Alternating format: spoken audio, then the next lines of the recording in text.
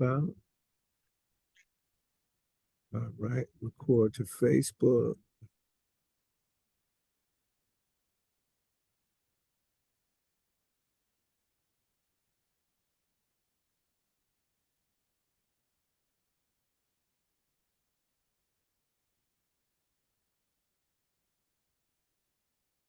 All right, sweet. All right, that's been done. That's live. Sweet. Okay. So, Miles, I was saying all that to say, even if when you meet Stacy, meet with the landlord on Rockingham, um, even if he's just still talking kind of crazy, whatever, um, we still gonna turn that lemon into lemonade. Right, right. That's what you guys have to know. Now, have you had any conversations yet about those listings I sent over to you from the Zillow that might fit the formula? No, Okay. no. All right. Listen, kill that. I don't even want y'all to do that. I just want you guys to not look at formula at all. Just find a place using Zillow that you would like to manage based on proximity, because you don't need a formula to co-list. Right, right. Everything works. Everything works. And so let's use the last 2 weeks of August to have conversations with landlords around that. Okay, that And sounds good. not unlike what I told who did I speak to most recent? Cornell. I said, Cornell, have you got membership in your local real estate meetup group? He says yes and no. I said, what does that mean? He says, I'm a member, but I never go. All right. I said, well, you got 50% of it. All right. Become a member and then show your face in the place. Because just like what OC is doing now in his Carolina, he's meeting a lot of faces. He's building a lot of relationships. And the truth is, you don't really need to use the Zillow thing if you got enough relationships, and you just can go into your phone, send 1 or 2 messages out a week and just say, hey, any availability coming up? I would love to have a conversation around it. Right, right. So that's the level that I'm trying to get everybody on. My wife and I, we did VBS this week, but on Thursday I had Brother Van cover for the class because I went out to our meetup group in New York. We have our annual picnic. Man, I planted so many seeds. Oh, with the real estate group? Yeah. I planted so many seeds. Oh, what's going on? What's going on? Listen, man, you don't have a clue. I went to Hawaii. I got around a bunch of other, millionaire mindset driven entrepreneurs. I came back to the Rock with a business model that makes so much more sense. Connect. Let's connect. And I'm talking to primarily folks who've been in landlording 20 plus years. Yeah, like me. Yeah. So it's not as hard as it presents itself, but you just gotta put yourself out there. All right. Right. So I'm gonna have to get that information for the Rochester group and get into that meeting and join the whole network. For sure. For sure. Yeah. Hey, Earl, did you ever reach out to Jim? Sorry, Miles. Good. What's your question, brother? Have you ever reached out? Did you reach out to Jim? He was the vacations guy that had over the, I don't know how many, 1,000 Airbnb. Yeah, 1,000 Airbnb. I mean, yeah, I actually sent him an email. Oh, did you get him on the? Yeah, I'm trying to get him on the podcast. yeah. Absolutely. I'm trying to get him on the podcast for sure. That man has 1,000 Airbnbs. Oh man, he doing it. Yeah, Yeah. well, he's using it. Tell him, Earl. Well, he's using the same model that we're transitioning to, man. He On said the co-listing. you cannot scale using your own money. You can't scale. The rental arbitrage is too dependent on you having your money in the game. He said, when you got enough experience, when you have enough knowledge, you shouldn't need money. That's true. That's true. And I said, that makes sense. Yeah. So that's literally my my impetus, when I'm kind of expressing myself with you guys, is not that I've reached that plateau myself, but I seen somebody who has. Man, he's putting his pants on just like you and me. Millionaire many times over. He's a down to earth guy, like literally down to earth. Good people. But he just created the systems, and that was the cool part. He said, "You ain't got to have it all figured out, man. You'll create the systems as you go along." And so, yeah, so that's the cool thing. All right, I see Cornell's joined us. All right, let me pull up the agenda for our today, and we got social media streaming, and we do what we normally do once a week. We get on the line with the people in the network, and we talk about what's the world like for our short-term and midterm rental stays, and we share it with people on social media. So I got my brother OC. Say hi, OC. Hey, how y'all doing? I got Miles and Stacy. Say hello, Miles. Hello. How's everybody doing? Miles behind the wheel. And all right, I got Cornell. Cornell, come off of mute and say hello, brother.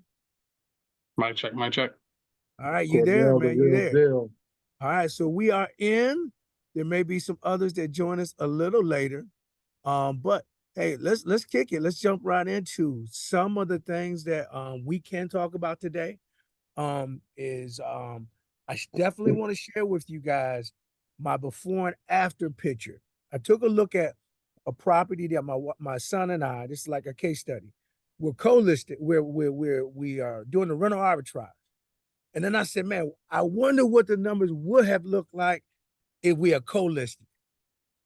And it's gonna shock y'all. It's gonna shock y'all. So I'm gonna get to that. If we have any questions for the marketplace, we gonna jump there. We're gonna talk about praise report for the week, and we're gonna talk about occupancy and any success stories y'all got from your personal or professional lives. We're gonna talk about that. All right. So let's begin at the top. Anybody have any questions that we can talk about in terms of the marketplace for the last 7 days? Any questions?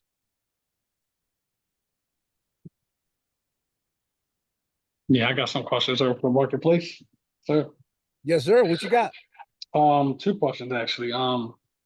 First question is I got talking again about window units in our places, right? Yep.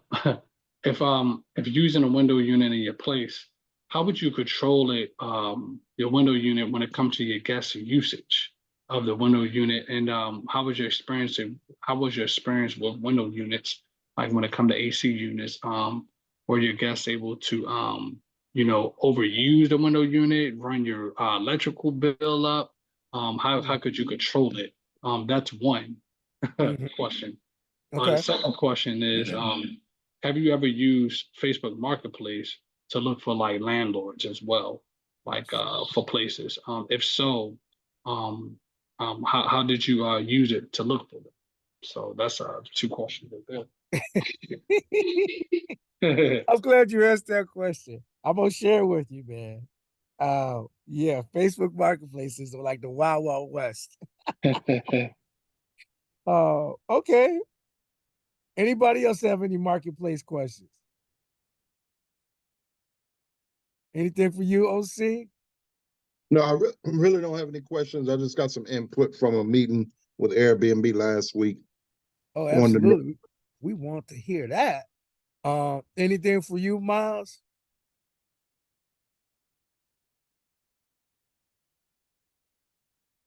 Oh, yeah. I do have a question, Earl. Yeah, what you got? Yeah, so looking at the Hampton property, right? We're coming up on that point in time where we're gonna have to permit that place.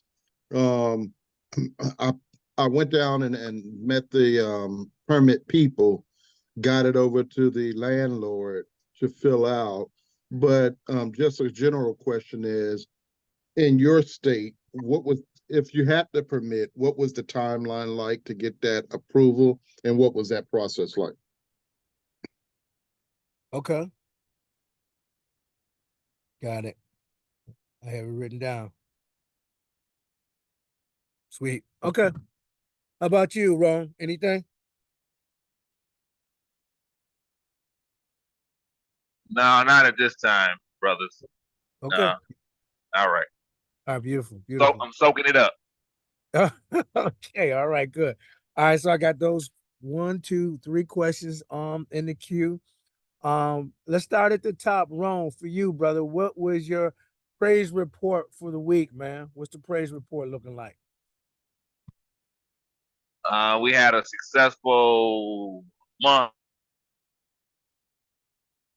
of July, the 15th of August. Yeah, yeah. I'm excited for you. And that was under the old model, the rental arbitrage model.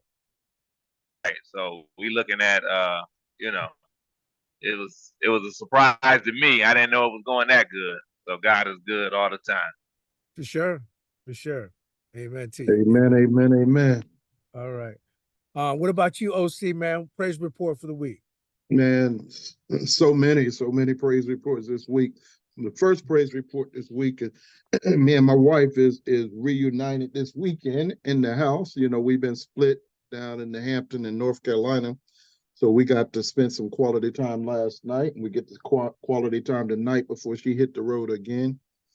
So that is a blessing. Number one.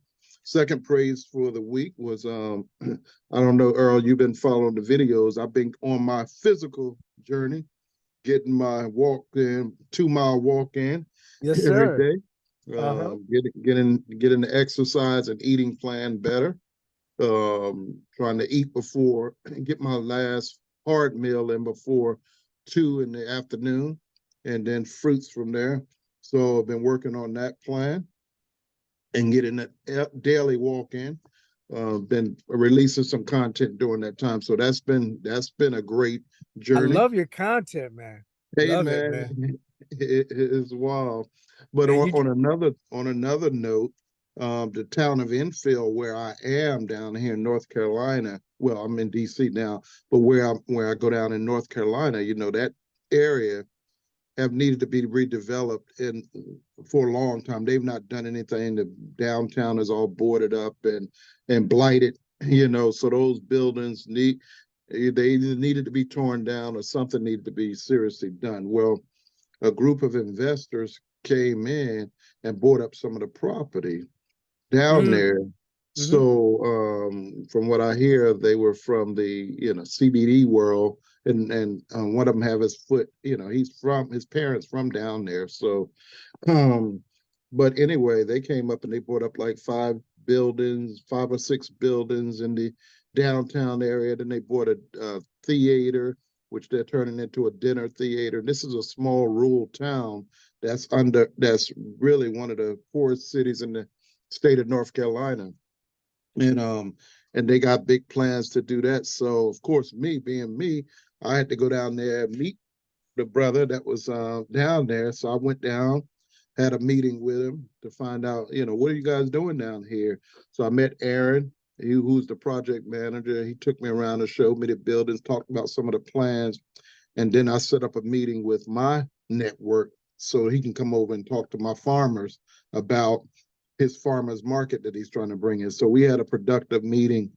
And at the end of that meeting, he kind of alluded to the fact when they was passing out contact information, give it to OC because he's going to be running this thing for me. So I said, okay, Oh, so anyway, so that's a conversation that need to be had. I did take the paper and put a pause in it to have that conversation to see what that's going to mean.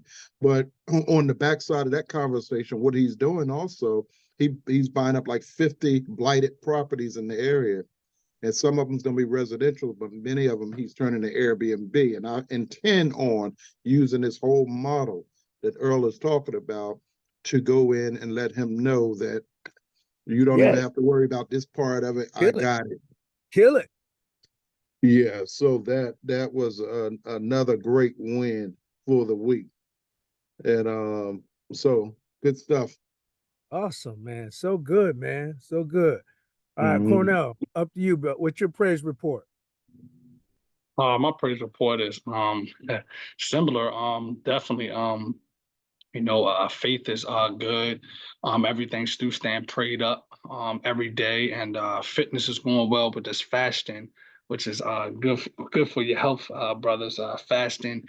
I know yesterday I did a fast of like 22-hour fasting, and then Stop it. fasting after that. Really?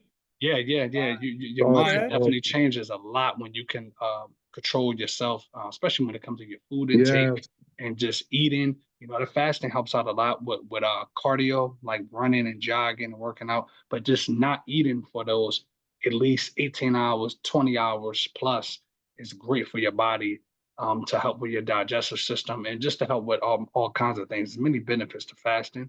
and So your that's mental fitness focus. right there. Yep, mental as well. So that's for fitness. Finances is it's doing good. With the model that we use, I'm learning about Colas model too. But also I'm having a lot of recurring guests, which is really good for me. Because they're coming back. They like my accommodation. They like our service and stuff like that. So that's good. Also, another thing I did too was good with finances is those automatic thermostats. So smart thermostats help out a lot with what we're doing when you control everything from your phone. So that's been saving a lot on my energy bills. Um, so that's been really good, and that's really pretty much my wins for the week.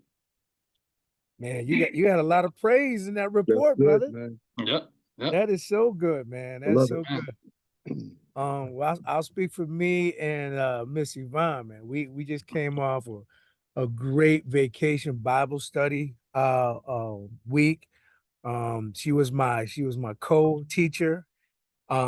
She did the crafts and I did the content.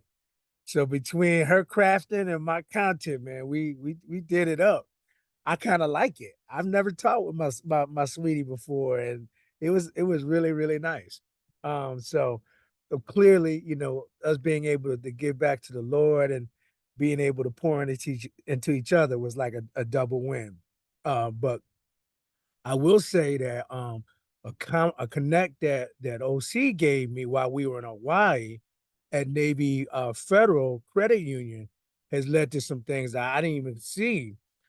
So when I was on the phone with my loan officer trying to leverage his VA loan to buy my first commercial property, I did inquire about products for business entities. And so they inquired how long my LLC has been in place. So I started that process. And then I kind of, was just networking with somebody and they were like, bro, you still using your personal credit? I'm like, yeah, I know. I feel bad. I don't feel bad. It's just that I haven't had anyone mentor me in the game. And they put me onto this brother on YouTube. And I mean, I would be remiss to say that um, he has a 12K program that I intend to invest in because when he breaks out how, these banks are just dying to give you money if your structure is set up correctly, it's next level. So the gentleman's name is Derek Whitehead. Has anyone heard of him? Derek Whitehead? No, I never heard of him, Earl. Yeah. What is Wow. his YouTube channel? His YouTube channel, I'll actually put it in our group text so you guys get a chance to see it for yourself. But I mean, I he was heard of really, him before. I heard he of him before. okay. Yeah. He used to be a banker. He used to be a serial entrepreneur. But one of the things he says is that the small things make a difference when it in terms of securing. So he helps companies, he helps businesses go from mom and pop level to you selling shares on the stock market.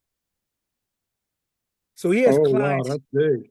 So he has clients in all of those in that continuum. But it's really being able to get access.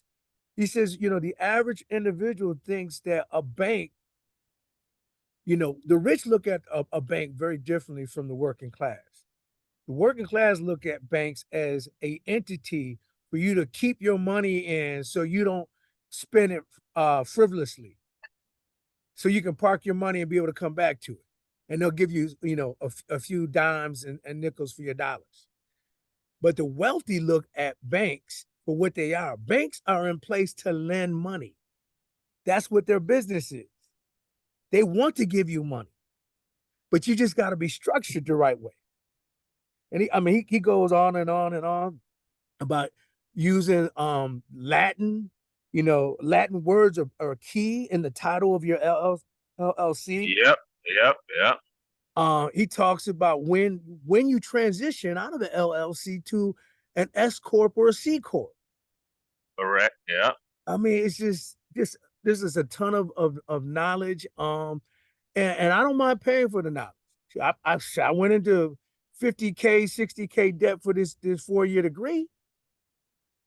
They didn't guarantee nothing. So I mean, so that's my win. My win is just being connected with people. I gotta plug up this computer, guys. It will die on me. That can take me to another level. So 30 seconds before I die. Here we go.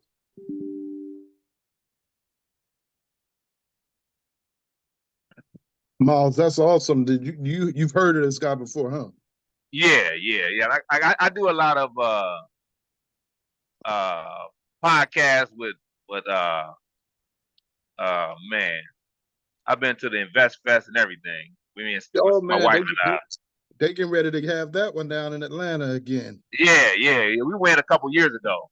Oh, When they how had the was it? first one in Atlanta. It was real nice. It was real nice. Yeah. Yeah, one of the sisters that we met out in Hawaii, Denise, the broker, she's gonna be down Uh-huh. there. She's the one. Okay. She's the Yeah, one I that's heard gonna her run. on the podcast. Yeah. Yeah, yeah, she's gonna be Yep. down there. But what she's doing unique this year is she's bringing her product to Atlanta, so you'll be able Okay. to invest in the Dubai market from Atlanta instead of going over there. Oh, okay. Right, right. Because they did an interview about her investing in buying property over in Dubai. Yep, In yep, the yep, yep. in the Yeah, UAE and all that. So that was right, right. I'm looking at some getting into some property in Ghana too, man. Yeah, man, that'll be interesting. Yeah, I hear Yeah, Ghana's popping. Yep, yeah. yeah. So we need to We need to have a discussion about that because yes, it's a brother over there. He from Atlanta area, and he building like these little compounds. And if you pay the money up front, it's half price. So you can get a right. 2-bedroom, 2-bath for $35,000. So What? yeah, Okay. yeah, new Yeah, construction, brand new. we need to have that conversation and start looking outward. And Yeah, yeah, yeah. So you coming to Hawaii next year with us, right? yes, I'm gonna make that commitment. I want to go definitely, Yeah, definitely. you and Me and the wife was Cornell talking too. about it. Yep, I think Cornell, yep, you're ready too, brother. I think you need to be out there too. yeah. Just surrounding yourself with people that's doing like-minded things too, That's and exactly getting to true. that next level. Right, right, Yeah, right. yeah, that's what impacts our mindset. And I was just telling my wife this: if you want to move to the next level, you gotta put yourself around people at the next level and stretch yourself. Because when I'm around just my associates, people that think like me, we're trapped in that circle. But to pull us out, when me and Earl went to Hawaii, And Earl asked the host of the conference, Uh-huh. who's from my hometown, he asked them, and the room was packed. I don't know how many people were there, but Earl asked them A lot. how many people in here were millionaires, and he said over 50% of the room were millionaires, a deck of millionaires, and we was like, Wow. whoa, that's a lot of people. Right, And then right, he right. said it's a lot more close to that status that he Mhm. know of. So yeah, it was interesting. I think it's a great room to be in. That Invest Fest is a great room to be in. It's just that's what we need at our level. Yeah, and I'm Yep, definitely yep. interested in knowing more about that Ghana piece. Real good, real talk, man. Hey, thanks for y'all keeping it going while I was trying to get some power back on the PC. No doubt. Yeah. So I did I finish my wins? I believe I did. I believe I did. Coming close. Yeah. Listen, OC, Yeah. I didn't know, I had no idea how quickly property moves in Rochester. So I Mm, literally identified a couple quickly I qualified half of the property I wasn't interested in because they were in war right. zones. Because it's easy to Hmm. get property in war zones. Of But the course. property that I was interested, by the time I called the realtor and said, hey, let's reach out, she got back to me in 24 hours and said, it's under contract. You know why? Because big companies are coming in buying up all property. The Black Rocks and all them, they're buying up in these inner cities. A lot of the commercial properties, a lot of the big residential multifamily properties, and they are, they're not giving any room for the, single family home searcher out on the market. They coming in and they buying up multi properties in scoops. So it'll be interesting to know. Yeah, well, I'm glad you kind of qualified out because I'm actually limiting my search to 2 unit, 3 unit properties. Hmm. Yeah, Yeah, I'm out of that single family mode. yo, yo, no, for sure. Like from coming back from Hawaii, man, I'm only thinking multifamily at this point. Well, Hmm. that's what we started with. We have 3 doubles, so Yeah, that was always, I I never had a single family, so I wouldn't know what it would be like to have just a single family that we live in. But right, as far Right. as a rental, right? right. How many properties you got, Miles? Uh, three, three Oh doubles. yeah. Hey Earl, so Miles said he's gonna be with us in Hawaii next year. Hey, Miles is So gonna be with this.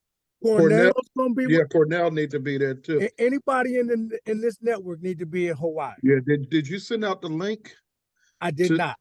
okay, could you send the link out? Because I think we might be able to still negotiate like a deal with that because they were giving a 50% off deal at one time, and I just seen Deron throw it back out there for a Okay. discount. So I would definitely do that. I'll put that link out to you guys as soon as we wrap up this call because it is truthfully, even if you came back home and you did nothing less than took the knowledge and circulated it with your home team, your kids, your girlfriend, your wife, that's gonna elevate you. That's gonna elevate you. for sure. But if you go out into the marketplace and do something with the knowledge, you're gonna be on fire in the next 12 months. On fire. Let me, case in point, the little bit of information I got from the Hawaii event, my son Patrick will be home next month. We're already in the process, OC, of having him go through his Navy federal application. Awesome. He gonna have his first property purchase before he gets his formal discharge in July. Yeah, make sure he's following your trend on that multi-family property. Absolutely, absolutely. But I wouldn't have had any of that insight had I not gone to Hawaii. Not a single thought. All right. No doubt. Well, great, man. So that's our praise report right now. Let's jump into occupancy. What are your numbers looking like right now in your I'll start with you, OC. My Hampton property is banging. I've been getting a lot of weekend hitters coming in, not a really all my long termers left out, but the property on the weekend has been kind of picking up. And people typically coming around Thursday and they stay throughout the weekend. I got a lot of one-nighters. And at first I wasn't gonna allow them one-nighters to come in, but by the time I added the cleaning fee, those one-nighters were $90 a night, $100 a night. So the Lord was saying, no, you don't cancel them one-nighters, because you got 5 bedrooms and those one-nighters equal $500+ for one night. So don't cancel those. But just, I'm trying to market. I'm gonna have to do some different strategies to market out to some longer term guests and Okay. see how I can attract some of those as well. Because I did have long term guests upstairs, and then my 2 bedrooms downstairs were for short term guests. So, but my North Carolina property really wasn't doing anything. I did have it could have, because I when I came in to the property last week before last, I got a hit on Airbnb from a guy that wanted to come in and rent the whole place. And he wanted to rent the whole place for 7 days. And I was trying to turn him onto the room list, and he was like, "No, I need the whole house." And I was like, "Okay, well, what's the deal? Why do you need the whole house when it's just?" He said, "Oh, it's 7 of us. They're contract workers." So he was like, because he came in and You was like, just had that go through your Cutler property. Those contracts. Yep. yeah, it was the North Carolina property, and it was $1,400 for the week. And he was like, we probably come in this week, and then we probably re-up another week. And I was just not at the point to release the whole property because I was just getting back there, and I needed to do a lot of work, so I needed a place to lay my head. And so I kind of told him, no, not this time, but maybe next time. Right. But I wish I would have jumped on in and got them in there, because it would Look have at put me in Miles' the head. network. Miles shaking his head. Yep, it would have put me in the network, and really got me into their network where they're looking at that property as a possibility. So I've been trying to do some back end maintenance, going out on the platform saying, "Hey man, I hope you guys are enjoying your stay over there. Don't forget me for next round." So yeah, but that was a lesson learned. I could have picked up a hotel or something now while I was down there, still got the work done I needed to get done. And I was just being a little selfish at the moment. No, I get it. In the moment, everything makes sense. 2020 hindsight. That's right. Yeah. But yeah, So try to nurture that. yeah. So on that note, I reached out to Airbnb, and we'll talk about that as we get to it. I won't hold up this part of the conversation with it, but to talk about what we can do to enhance those listings and get more traction on the listings. What's your if you don't mind me asking, what is your I just literally had a conversation with a girl that was kind of asking me, "Hey, I need help. My Florida property is not moving. My Rochester's property is not moving." And I asked her to screen share with me.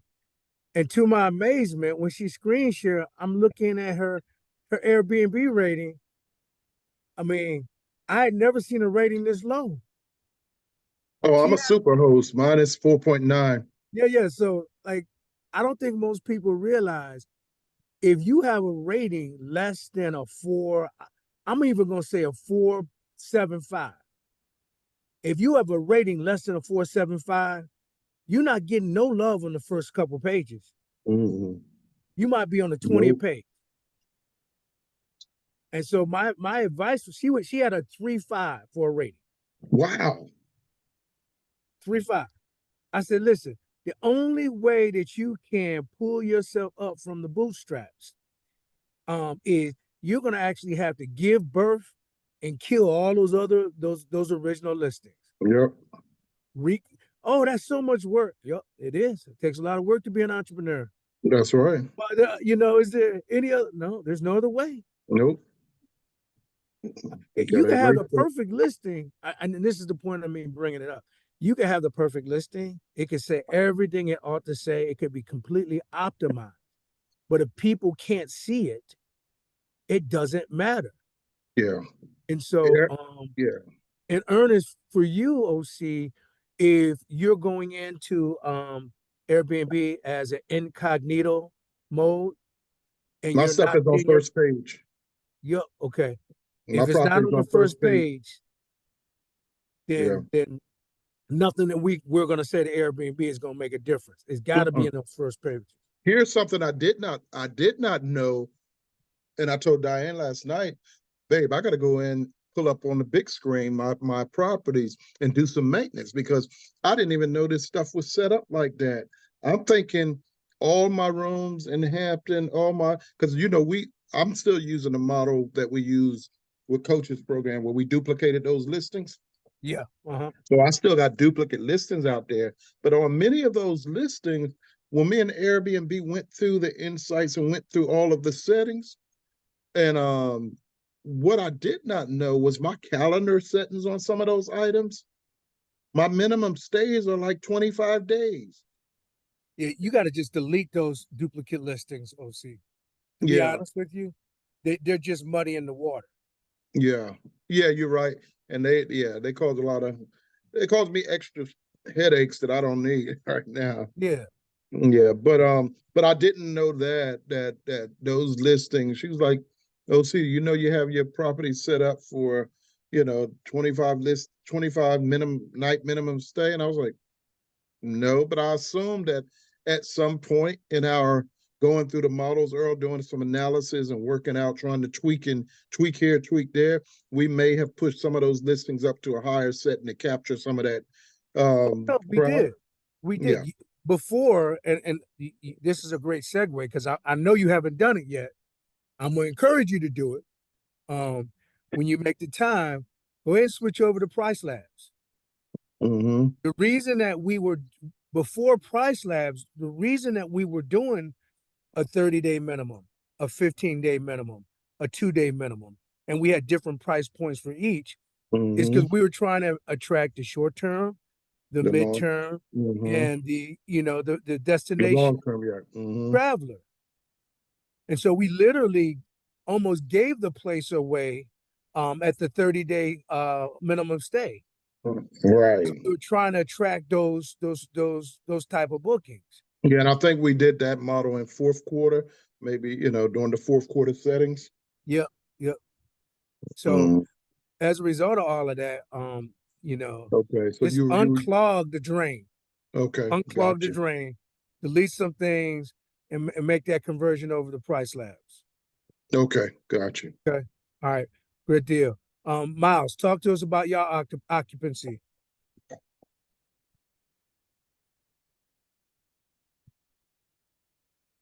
You must There be we muted, go. Miles. Okay. Yeah, I was trying to get the mute off, get it to pop up. But pretty much we've been the last week we probably about 80% because we had one room at Cutler that wasn't rented, and then the rest of the rooms been rented. So around 85% occupancy. So a lot of turnover this week. 2-day stains, 3-day stains. So my daughter is real busy with her cleaning. So yeah, man. Yeah, you setting her up for bigger, better things. Right. She gonna have her own cleaning business, and yeah, I she'll love be it. able to. My daughter's the same way, Mom. I love it. I love it. The one thing I will say, Miles, pleasantly surprised, man. I didn't know that one room with the double the bunk beds was ever gonna get traction, but it's here. Yeah. It's gotten attraction. So Right. As you could pay if it's like just friends, you can have 3-4 people stay in one room. Right. And they saving big kind money. Right. So I mean that's 2 full beds in there. That's another model that I had not learned that as I see things, I pay attention. I'm never a closed book, but you know, it may be something, you know, down the road as I look at other places that I have at least one bunk bed in each unit, just Yeah, to yeah, have that little added, you know, pop. right, right. And then you don't have to have an air mattress. You know, if you Then you got won't have to have, kids, yeah, right? You got kids, then they don't have nothing to put together or store or nothing for them to steal. People will take yeah, your air mattress too. So you never know. yes, Right, yeah, Right, yeah. right. Yeah, yeah, I'm always about scalability. So I went to yeah, somebody's house and you know, they'll eventually I invited them into the community and they're just trying to get things in order. But they had the yellow room and they had the green room and they had the red room. And I laughed. I said, me and my wife used to do the same thing. Don't do that to yourselves. Keep right, right. everything uniform. If you're gonna do a color, stay with that color for everything. And then they had different size beds as well. They had a queen here, a twin there, a full Right, there. right, I said, right. y'all muddy in the water. Y'all overthinking this. So so you know, Yep. to your point, um, as we know more, as we know better, we do better. We do better. Yes, sir. Sure. All right, Cornell, talk to me about your occupancy. My occupancy is right around about 85%. So it's looking good. Using price labs for that, for the pricing, of course, and occupancy. So it's looking really good. I know that we just had the other day an extension from one of our guests for like 13 more days, 13 more nights. So that's good. So everything is going good. I checked and went in incognito mode, and I seen bunch of my places on the first and second page and third page. So that's good because that means people are seeing it, right? Mhm. Mm-hmm. So and I know these extra listings that I did have, like the B and C listings or A listings, I had just Mm-hmm. really just unlisted a bunch of them and just snoozed a lot of them, and just just stuck with that one listing because I price labs. I know you heard talk about price labs just earlier. Or price labs is good just by giving you that automatic AI working machine that prices your places your rooms out so you can get the most best bang for your buck. So that's good. So you don't have to worry about discounts and giving your place away and all these things like that. So it's been really Oh, good using nice. price. That makes the occupancy a lot better. So yeah, the occupancy's been hanging around right around 85%. So it pulls the guesswork out, Cornell. Yeah, it pulls the guesswork out, man. OC, because usually, before it's like you'll have your rooms at one flat rate, maybe $40 a night, $42 a night. Then you might have to go in and drop it or do a discount. Price Labs does all that for you. So it's like the longer the dates are out, the more your prices will be. And then the weekends are always higher than the weekdays. The closer that your days get to need to get booked, they drop it down a certain percentage for you to make your price more Mm. attractive. It But does. All right. I'm it, It, it it does sold. I'm all that going to stuff Price for you. Lab. it does. So one of the things I didn't do, because I had them like automatically set up that feature, Yeah, Cornell. yeah. And I was looking, I said, man, and that's one of the things I'll encourage you guys to do as well. You know, moving forward is do like not only look at your what the reviews are saying, but actually look at your daily prices because again, you're not going to have a one set price for every day. Mhm. It's gonna bounce. But I had one place. I'm like, man, this is interesting. Price Lab gave this property away for like $21. But then I went into my settings and you got to be selective when you let it automatically set. You're not really sure what they're doing. They gave my guests like a 35% like discount for booking last minute. And I don't necessarily I don't. mind. I don't I don't actually understand that. mind a last minute discount, but not by no 35%. Mm-mm. So I had to go in there and manually pull down that back. That's Mhm. too much of a discount. Especially for a last minute booking. I penalize them for a last minute Well, yeah, booking. you know, in theory, I think what Price Labs is trying to do is keep your places full. They don't want to have any orphan days. So I do Right. get it. I do understand it. But you just have to you know, it's not one of those set it and forget it kind of systems. Mhm. You do want to kind of be on top of that. Have you experienced that on Cornell? You know, yeah, not that big of a discount because I know you can go in and change it. But yeah, I just usually go in there and you know, every time like if the room gets booked and has a good occupancy, I raise up the price, the base price more. And they do give you recommendations on what price it should be.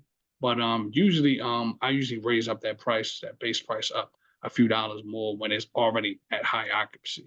I do that. Yeah. And You the know what I weekends, ended up doing, Cornell? what do you I know? ended I ended up because I kind of thought about it. Instead of me changing the percentage manually, I ended up taking that percentage off I was given and I multiplied it by my base price. So it was a 35% discount for last minute. So I did this. I did 1.35, multiplied it by my base price, and raised up my base price accordingly. Oh yeah. So I'm gonna get the number I want. They just think they're getting a discount. Yep. Yep. Yeah. Okay. Cool. Occupancy numbers sounds good. We're doing great over here too, man. It hurts my heart that one property that I told you that I host with Lewis. I mean, we're almost at 90% occupancy, but it is shutting down in a week. Shutting down. Actually ran into this. I ran into the landlord at the picnic, and I know he was kind of sheepish. He didn't initially want to talk to me, but we ended up talking. And I say, "Hey, Ted, what's going on, brother?" He said, "Good, good, man. Man, I'm gonna hate to see you and Yvonne leave. You've been such good tenants." I said, "Yeah, Ted, but that tenant relationship got old. We wanted to partner, and that just wasn't your cup of tea. And I respect it. I respect it. You know, if anything ever changes, you know how to get a hold of us." He said, "McCray, I'm just, you know, it's just this whole, you know, I like to do what I know, and I don't know this." I said, well, "Hold on, Ted. That wasn't a collaboration. The collaboration was you let me do what I know, I let you do what you do, but our relationship was going to be a partnership. You were bringing one thing, I was bringing something else. You're not comfortable with that right at this moment in time. That's fine. All right. So that's the only reason But that you we're left the part doors company. open. Yeah, I Yeah, like that. exactly. But you know, and so just to kind of follow that train of thought, right? I did kind of allude to this maybe 2 calls ago, but at the same picnic, I ran into another one of my landlords, and it has been a train wreck since we left. Train wreck. They've had at least 2 tenants in there. You know, you got to have things are not right when you got 2 tenants in under 3 months. Wow. And Yeah. so He's people having to go through that eviction process. people do appreciate when we end the relationship the way we end it. Because there's no bad energy, there's no disrespect. In fact, you know, I love the idea that we gave them the place back in a better condition than we received. No doubt. Yep. And so as you guys are, you know, moving and shaking, just keep that in mind. I mean, it's not like, you know, the relationship is severed when you transition out of the rental arbitrage. It is actually going to enhance because they're going to look at you in a higher status. Mm-hmm. Hey, Earl, did he after seeing his 2 bad experiences, have he had the conversation yet? Not yeah. I'm letting. Hey, look, I planted the seed. I'm gonna let the Lord water Yep. and give the increase. Yeah, absolutely. Amen. All right, so let's tackle some of these marketplace questions that y'all have. And I think OC is actually in a unique position to talk about window units in a place and the effect on the utility bill And then if you can share your experience, OC, I'm going to share what I think would have been a remedy for our place at Oakland if we could rewind Right. the clock. Okay, so on that note, my Hampton property has window units in every room. And we have a window unit in the bathroom upstairs. That is 1, 2, 3, 4 window units in the upstairs. And the reason why we went that model was because even though they got central air, it's an old house and the air doesn't circulate upstairs because it's improperly insulated. So it was an inferno in the summer up there, and it was an ice box in the winter. So to speak to the summer part, because in the winter, of course, we put heaters up there as well. But in the summertime, these AC units, we set them typically on around 73, and we keep them there. Now we have gone in because there's no way, and you got the central air unit, there's no way to put a case around it, I don't think, on that. I don't know. I have not controlled that. I was just so happy to get air up there for my guests. I haven't controlled it. And to my surprise, the bill hadn't gone through the roof, even though I got those 4 ACs. So that tells me that they're keeping it pretty moderate. When guests are not there, we turn them off, of course. And being that my wife is there most of the time, a lot of times now she's able to control whether they're on or off there. So they're not on all the time. So it's with window units, it's a different thing. I hadn't done the research, Cornell, to find out if there's any devices that you could put on them to control, like the cases, for instance, for those AC units. So I know for our Rochester property, I'll let Earl speak more to that. There are certain times of the year we pulled them out of the window, but but I'll let Earl speak to that.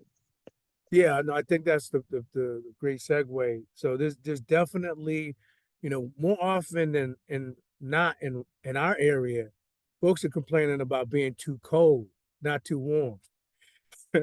So we have a finite window where it gets super warm.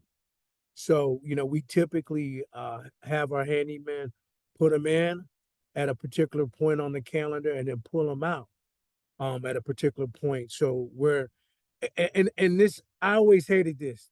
Growing up in a household with a dad that was a landlord, I don't know how many times y'all have seen people with AC units in the window and it's in the middle of the winter.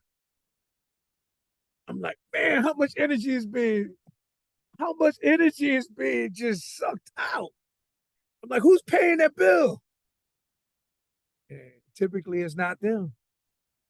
There are probably sections, whatever social program it is, you got to be a special kind of person to have an AC unit in the middle of the winter with no insulation. I'm not just throwing stones. I'm saying literally that's just not responsible. So on that note, we do, Cornell, often Thanks find for stepping ourselves. on my toes, Earl. Listen, man, I ain't trying to step on nobody's toes. I'm just telling how it works for me. We do, especially when our cleaners come through a place, and they're aware of an AC unit on and a person's not there. We will send a lot of gentle reminders. Hey, please be good to the environment. Let's leave the planet in a better place for our kids. Conserve power. If you're not in an area, turn the power off. This includes AC units. So that's something that we do. Miles, you want to speak to it? Any experiences on your end?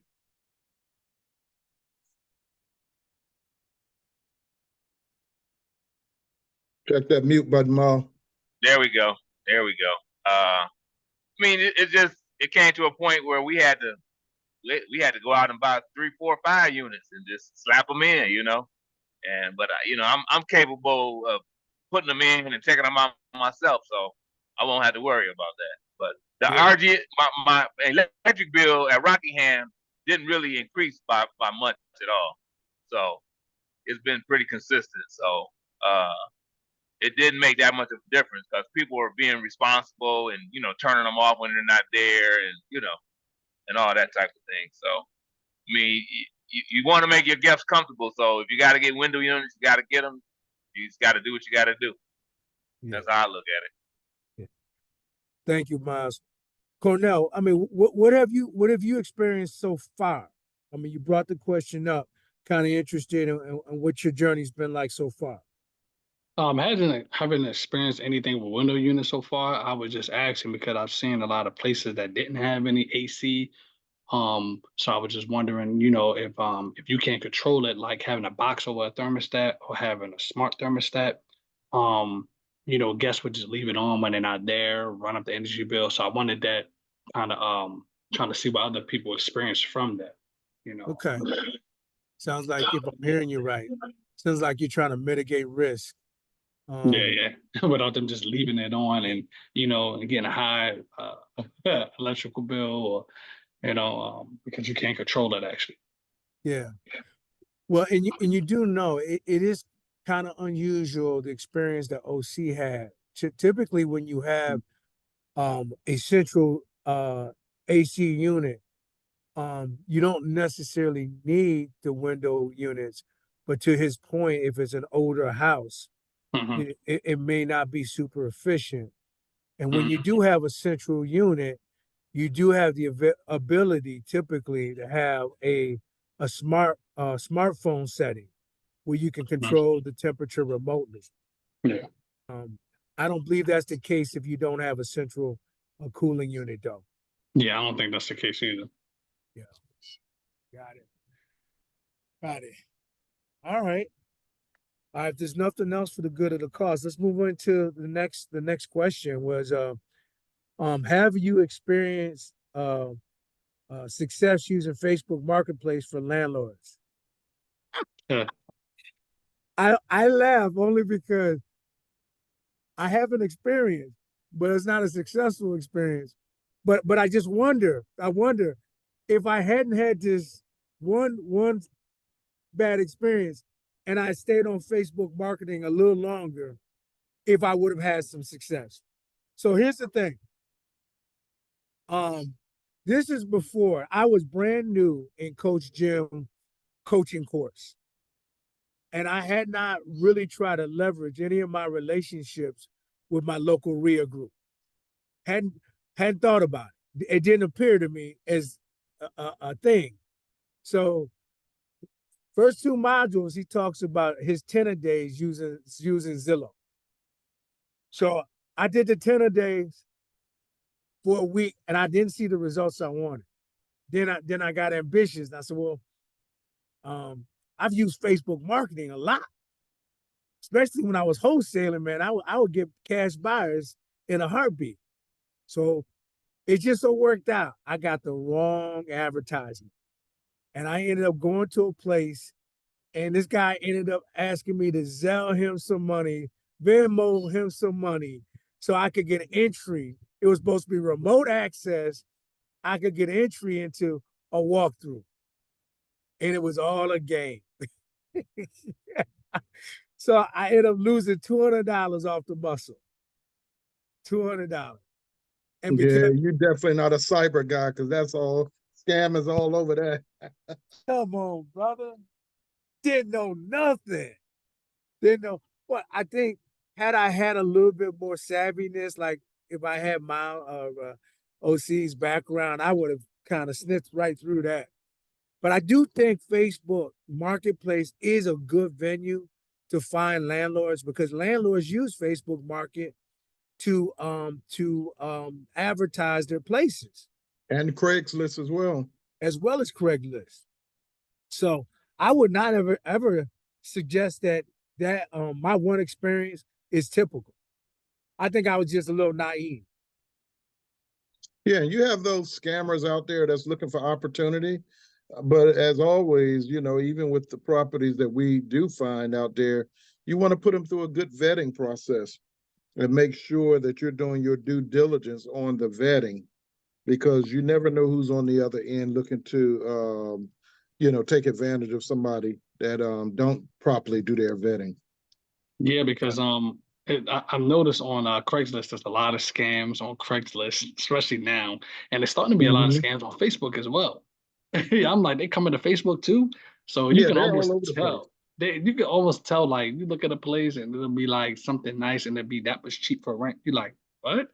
No, it can't be. But they usually have something like on like Facebook where they have like in writing they'll say contact landlord. They have that number and they'll have these nice images and it'd be for a cheap price. So it's a lot of scams on. I know it was a lot on Craigslist, and I Hmm. don't even use Craigslist anymore to look for places because of that. It's so many scams. You don't know what's real.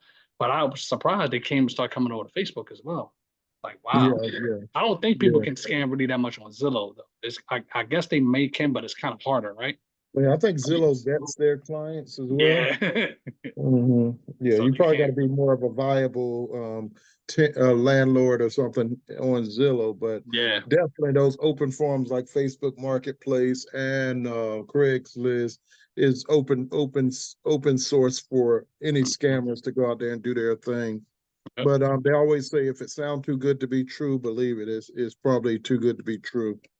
Yeah. And if they're asking for money, and I know Craigslist have started putting out disclaimers like don't send anybody money and things like this, and make sure you're doing your proper due diligence, you know, when handling business and transactions on this, because even now you got to be more diligent even when they give you addresses and meetup spots. I mean, you really got to do your vetting because you don't know who you're meeting up with, you Yeah, know? yeah, definitely. I know when it comes to those, it's like you definitely got to do your due diligence, but a lot of times people will say, "Oh, and in order for you to see the place, I need you to fill out this application and pay the application fee first, and then see the place." You want to see the place before you fill out the application fee, So Yeah, that yeah. sounds like another scam. A lot of people play. Yeah, that's legit too on some platforms like Zillow. Zillow, some of their clients do require you to fill out an Yeah, application to even get into the property. But one came back to me and they wanted that fee to do, and I said, I wouldn't have a remote interest in paying you a fee to come and vet a property. If you want to rent the property, then you need to open the doors so people can come check out the property in order yeah, to determine if they want to rent it or not. I said, I'm not going to pay you to come rent your property right. and fill out an application. But for whatever reason, some of them do put that requirement out there. It just doesn't make sense to me. Yeah, me neither. Yeah.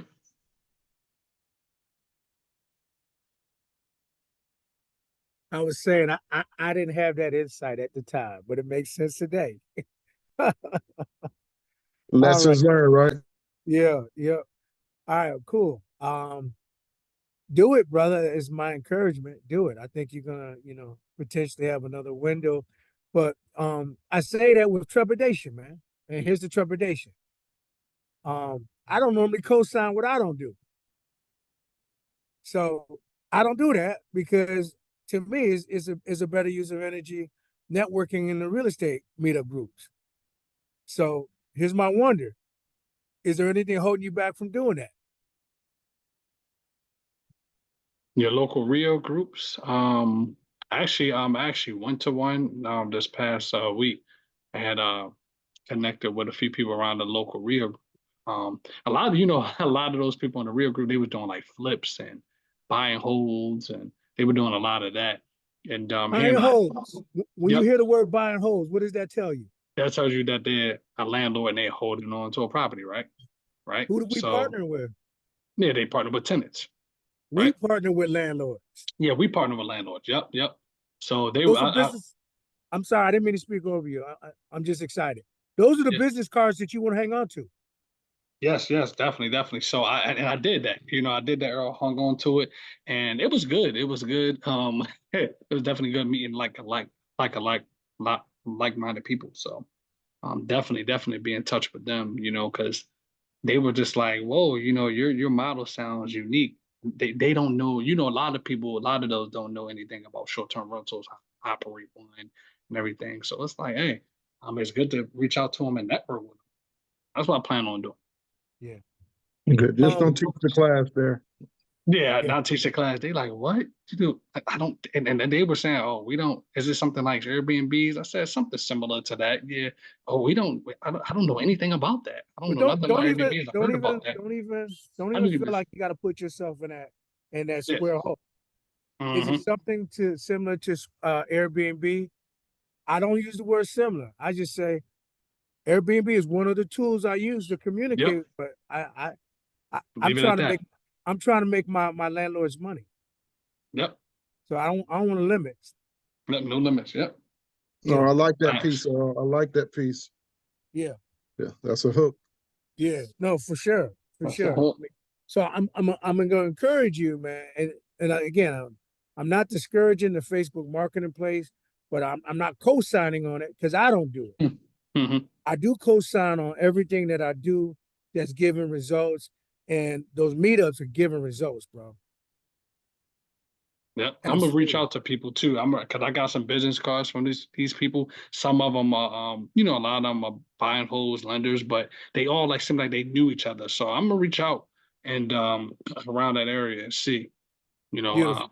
for landlords. So yeah, good thing. Okay. Beautiful. All right. So let's talk about permits. So OC, give us the backstory a second time on what's happening with your property. Yeah, so the backstory is that, in most of these states now, they're requiring that in order to operate in their cities, we got to have we got to have permits now to operate our typical model in their city. It ties into fees and more taxes and things like that. But at the end of the day, it's the pass in order to operate into their city. So Mm-hmm. to try to get an understanding of what that process is like, because I got a letter from, my landlord actually got the letter. Um, he got the letter at his office and he contacted me saying, hey, we got this letter from the city of Hampton saying that we know that your property is being operated as an Airbnb in the city and it's required that you get a permit for this Mm-hmm. property. And therefore, I told him no problem. When he reached out to me, I said, no problem. Let me run down and see what this process is going to be like.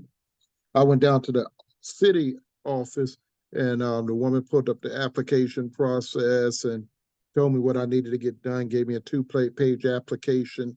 And as I started looking at it, I wanted to fill it out in the office, but there was some pertinent information for the homeowner and a Mm-hmm. signature that was required from the homeowner in order to get that done.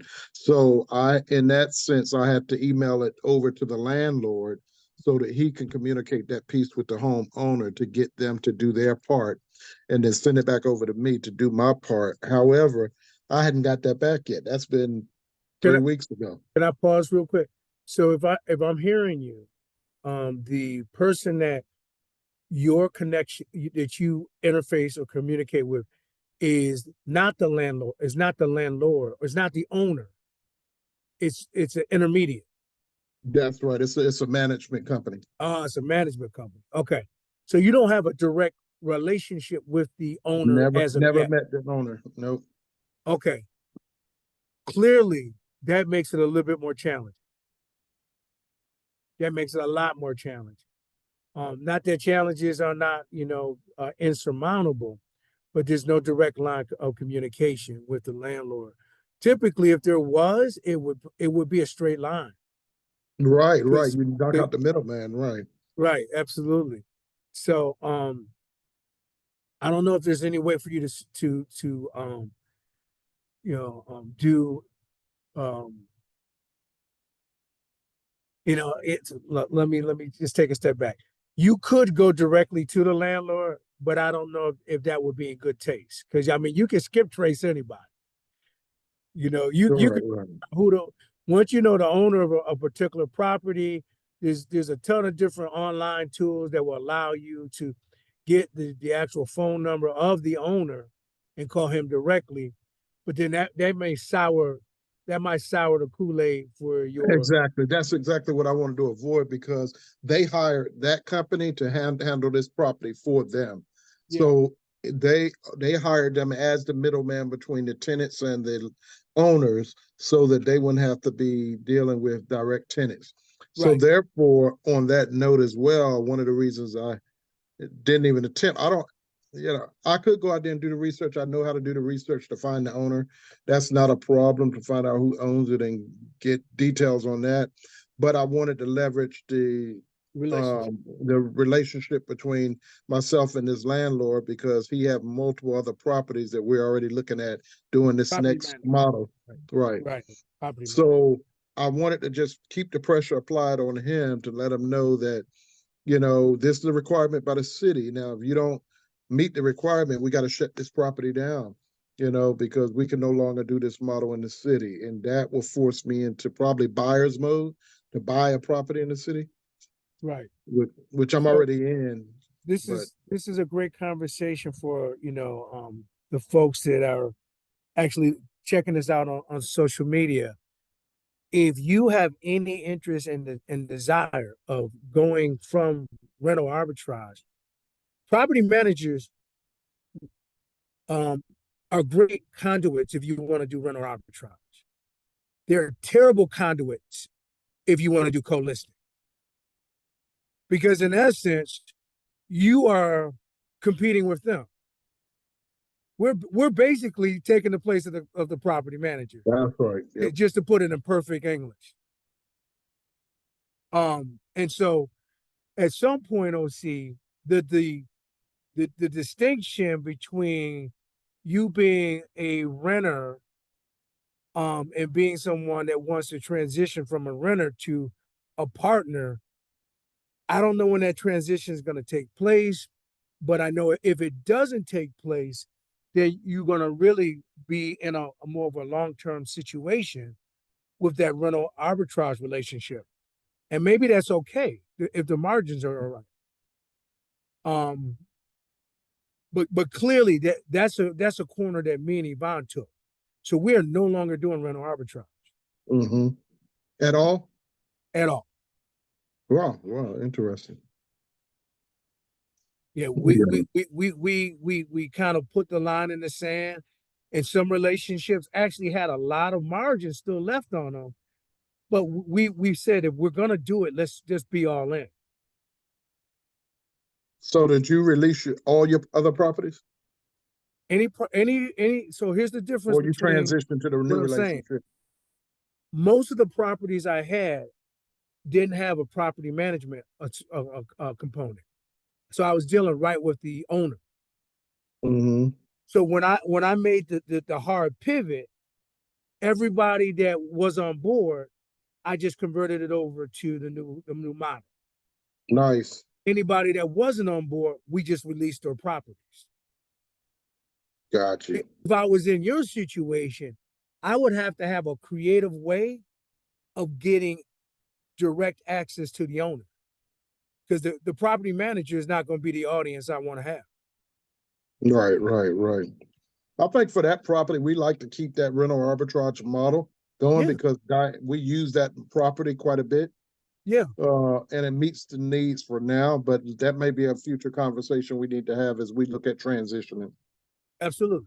I mean, and clearly because you love the area so much, I mean, I should know this, but I don't think I've asked you. Your VA benefit. Have you used that multiple times already? No, I've not used. I've used my VA benefit one time, maybe 30 years ago, but I So haven't used it, and I'm gonna use it so quickly. that you should be shopping for property in the Hamptons with your VA benefit.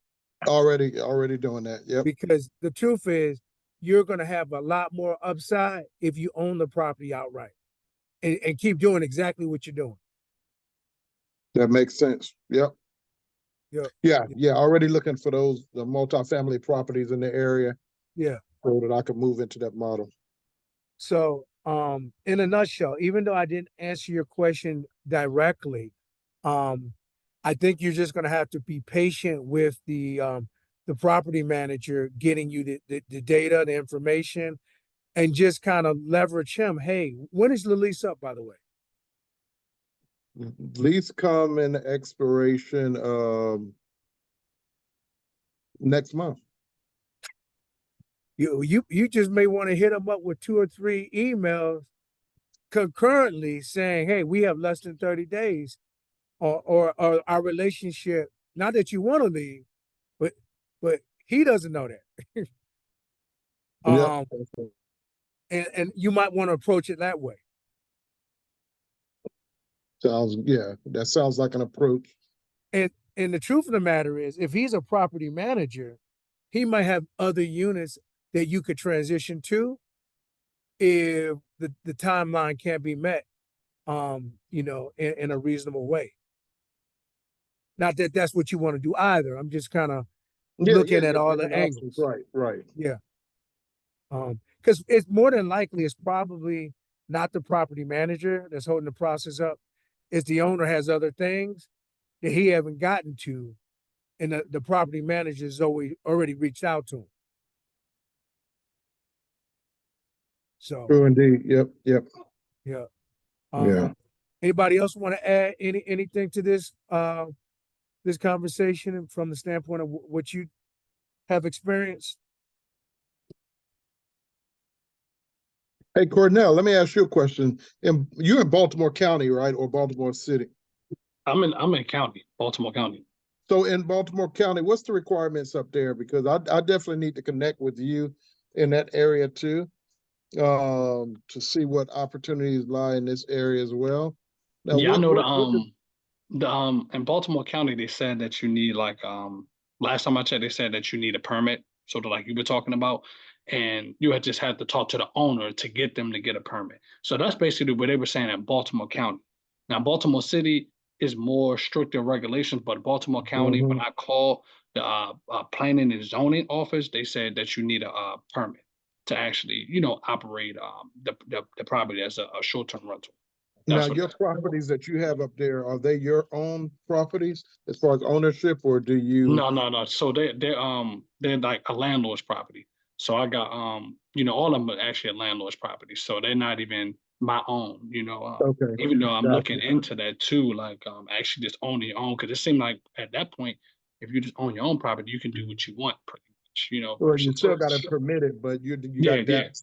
You're the one that's required to get it permitted. Yeah, right? you're the one required to get it right versus going through them and asking them, and they're taking forever to get back to you and Right. and to give Like you the Earl said, information you for you cut to out the get it. middleman. Right. Yeah, you cut out the middleman, and it's like, and definitely, I'm looking forward to doing that down the line at some point, because it's like if you own the property yourself, right? OC, you can just go up to the office or planning the zoning department, fill out an application yourself, get a permit And yourself, get it and done do right what you there in the want, office. right then and there, right? Yeah. Versus asking them, and they're taking forever and drag like.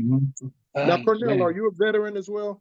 No, I'm not a veteran. Not a veteran. Okay. All right. Now I know OC. I know you used to be in DC. Is DC still crazy and everything? And I mean, I'm hearing they were so crazy with regulations, all that. It's impossible to do Yeah, they anything. still are. They still are. It's not a place where short-term rental model is favored in the city.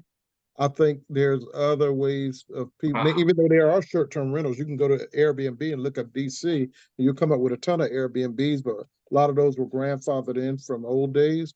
And then some of them have met the requirements because they're owned by the person doing the Airbnb, and then most of the requirements say that you have to live there as well. So you see a lot of that in there where people are renting rooms out, but they put stipulations around the requirements of how long you can rent, out of the year. It's just a lot of requirements. So that's what pushed me into the Rochester market early on my first deal when I partnered up with Earl. So yeah, but yeah, still crazy here in the city. But yeah, I'm still here. I'm in DC right now at my apartment. So wow. It's like when they put all those regulations in line, why do they do that? Is it because of hotel lobbyists, or what's the point of them? All money? Wow.